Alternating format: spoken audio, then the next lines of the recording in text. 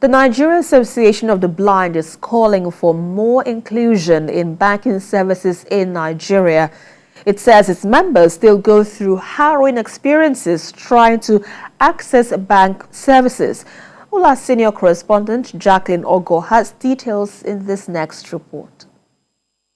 On the 13th of December 2006, the United Nations General Assembly adopted the Human Rights Treaty of the 21st century. Nigeria was among the bunch of African countries that signed up in agreement.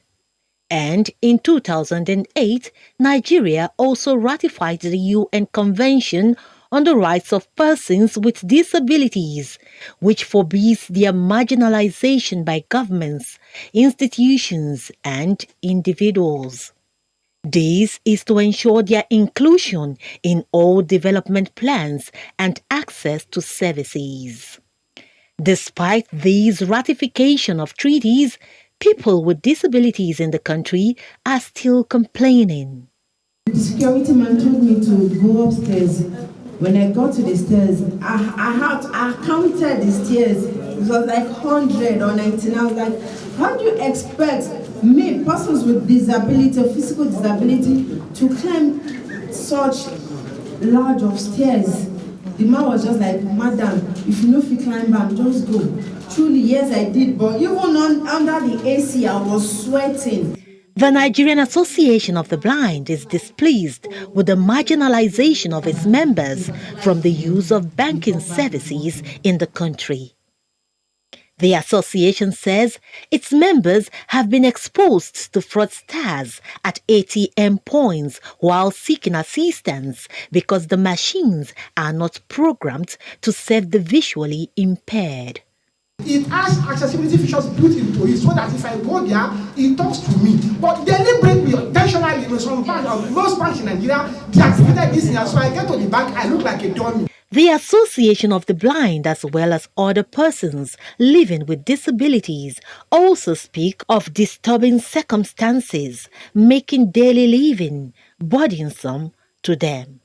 I had an unpleasant experience going to one of the financial institutions in Nigeria, and upon getting to the gate, I noticed that this security man just ran and came to the gate. Like I could hear his footsteps like this, running towards the gate to come and lock the gate and block me. And immediately he just shouted, Alaba Musa, Alaba Musa, Alaba Musa. I'm like, for what? I don't get. So he now said, oh, what do you want? I said, you don't need to block me. This is not your father's house, neither is it my own father's house. I'm here to make transaction. So he reluctantly opened the gate, and so I just ignored him and walked in with my guide cane. No accessibility to enter bank. Some bank, we leave my chair, we leave my wheelchair on the gate. I'll crawl inside to have my right. When people line up, they will not give you chance to go front, to go and do whatever you want to do. I went to a particular bank, and I do use the ATM, that's the speech on the ATM, to withdraw and to do all things. But there's this particular day I went there and I was unable to use it. The speech was turned off. I don't know why. So I asked someone, and I was told because of the battery and all that, so that's why they turn it off. But if this speech is on the ATM machine, it will be easier for us as visually impaired to activate, to do whatever transaction we need to do on the ATM machine, so that we don't need to call in someone we don't know, or because there are times when we call on people and they just shortchange you about when you are trying to withdraw money from the ATM. On the 28th of January 2022, the Association of the Blind wrote a letter to all banks in Nigeria, calling their attention for prompt solutions to their inclusion in the planning of banking services. What bothers me is that the banks do not understand the needs of persons with disability. And I don't actually blame them because, one, they are not persons with disability. So it's fine for them not to understand. But what kills and become a pain to us is when they don't have the relevant stakeholders to come and dialogue with them, such as Organization of Persons with Disability, such as persons with disability who work even in the financial system. This will make things very easy. And there are a lot of issues that the banks cause or are having ignorantly for persons with disability, such as services not being accessible. I go to the bank, the environments are not accessible for a blind person to walk independently. A wheelchair user cannot navigate with his or her wheelchair alone without not being stopped. The entrance of the bank has, this sound, and it stops a wheelchair user to move in or navigate in. The person has to literally crawl through that metal system to enter and get the financial services. A deaf person cannot use the service because when he or she gets to the bank, the person begins to sign, and through the signing, a bank staff do not understand the signage, and it becomes like, oh, you are a nuisance in the system. So there are a lot of issues. The account statements are not in accessible format. A blind person don't have a braille copy. They don't have an online version sent to them. Even the banks themselves don't even have statistics of clients who are persons with disabilities. So there is a lot to be done when it comes to inclusive financial services.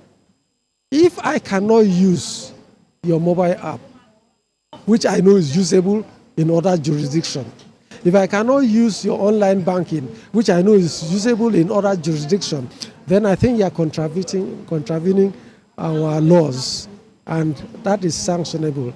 It's punishable by penalties for each person with disability that you discriminate against as a corporate entity.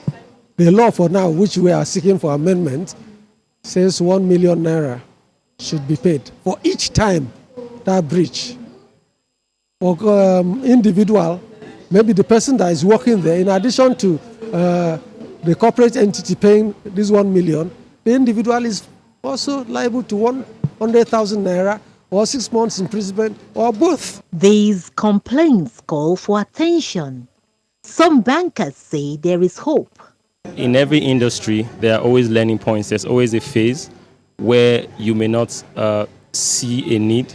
However, as stakeholders and these conversations continue, we continue to see the need and create solutions to meet those needs. Article 2 of the United Nations Convention on the Rights of Persons with Disabilities does not permit their exclusion from economic activities. They are not to be denied reasonable accommodation. Governments are to ensure their equal participation in national life. Service providers have legal obligations towards their satisfaction. There is no document signed by Nigeria that says visually impaired persons should be ignored. It is their fundamental rights to be included in all plans, and they are asking those at the helm of affairs to ensure they are included in all plans for the smooth running of their lives. Jacqueline Ogo, TVC News, Lagos.